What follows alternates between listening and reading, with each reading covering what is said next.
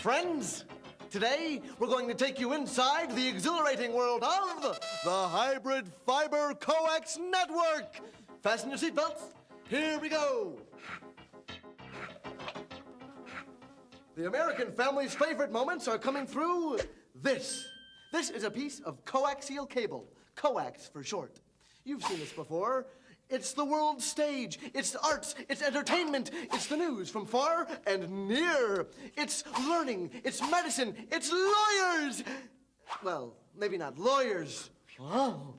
It's movies and more. It's services on demand. It's any game you want to play, any class you want to take. It's anywhere you want to go, and you're a part of it. The Hybrid Fiber Coax Network. Yes.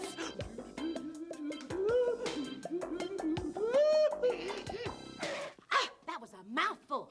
As you know, Fibber, the transition from coaxial cable to fiber optics is affecting the telecommunications, entertainment, and cable television industries.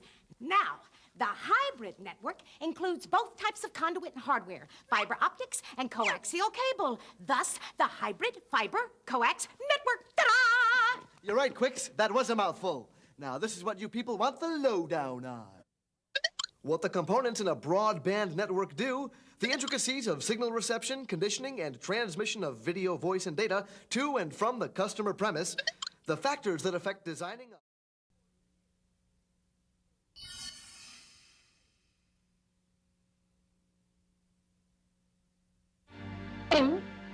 Can we talk about signals? Okay. You see, the television channel is a signal of a specified bandwidth. 6 megahertz, to be specific. This channel is comprised of carriers for video, color, and audio. Quick, we get the audio part. Now, in baseband, video, voice, or data can only be transported in one direction at a time, kind of like a train on a train track. In broadband, many transmissions can happen simultaneously in both directions. The RF spectrum is a continuum of frequency. Let's start down here at the low end of the spectrum, at the sub-low band, 5 megahertz. The next level is the VHF channels 2, 3, and 4, between 54 and 72 megahertz. And then we have the VHF channels 5 and 6 at 76 to 88 megahertz. And the high VHF channels 174 to 216 megahertz. Above 216 megahertz is known as the super band, and above 300 megahertz is the hyper band. Ow! Now that hurts. Don't worry about memorizing all those numbers. Just remember that different channels have various frequencies measured in hertz. Megahertz, to be exact.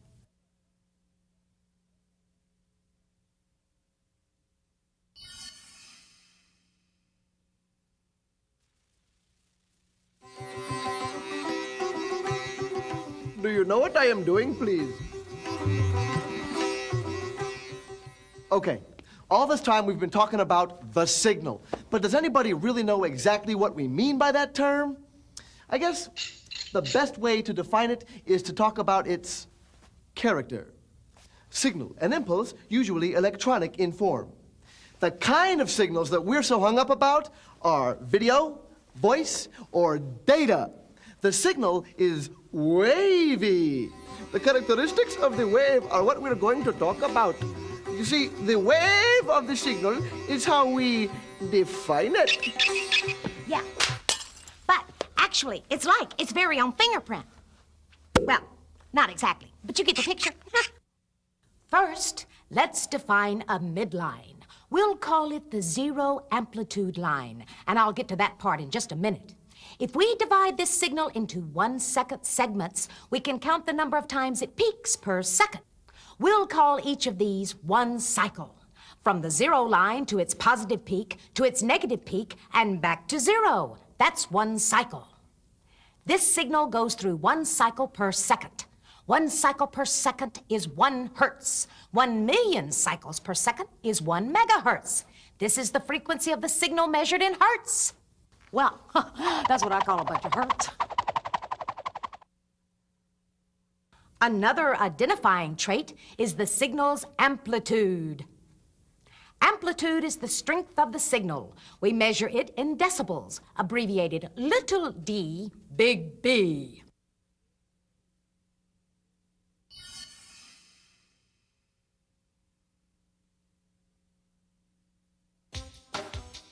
I've always wondered how they get those video images in there. Check this out.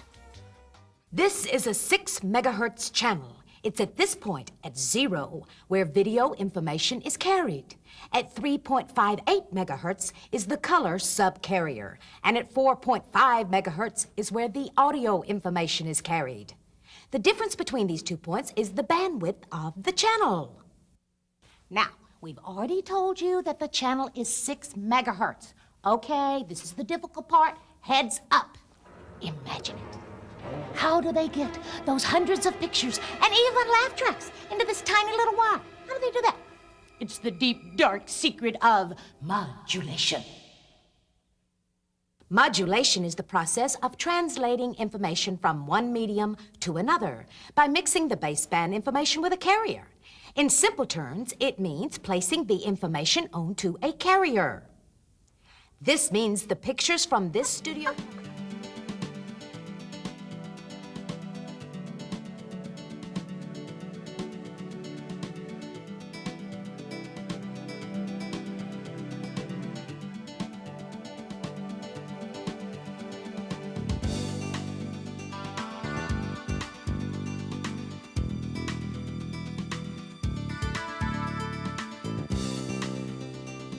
What?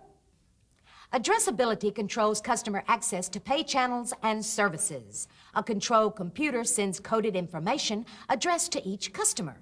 This tells the receiving unit which channels and services are authorized. Each addressable unit is a unique address and only responds to information addressed specifically to it. Is that like sending a postcard to Mom? Well, yeah, but there are a couple of methods you want to consider in giving your customer every choice that they might want. Home communication terminals, or HCT for short, control access from inside the home. When a customer is authorized for a service from the control computer, that service is descrambled by the HCT. You can also control access from outside the customer premise through addressable interdiction. The interdiction unit prevents access to unauthorized services by introducing an interfering signal. Whoa! So I better have the right zip code for that postcard, huh?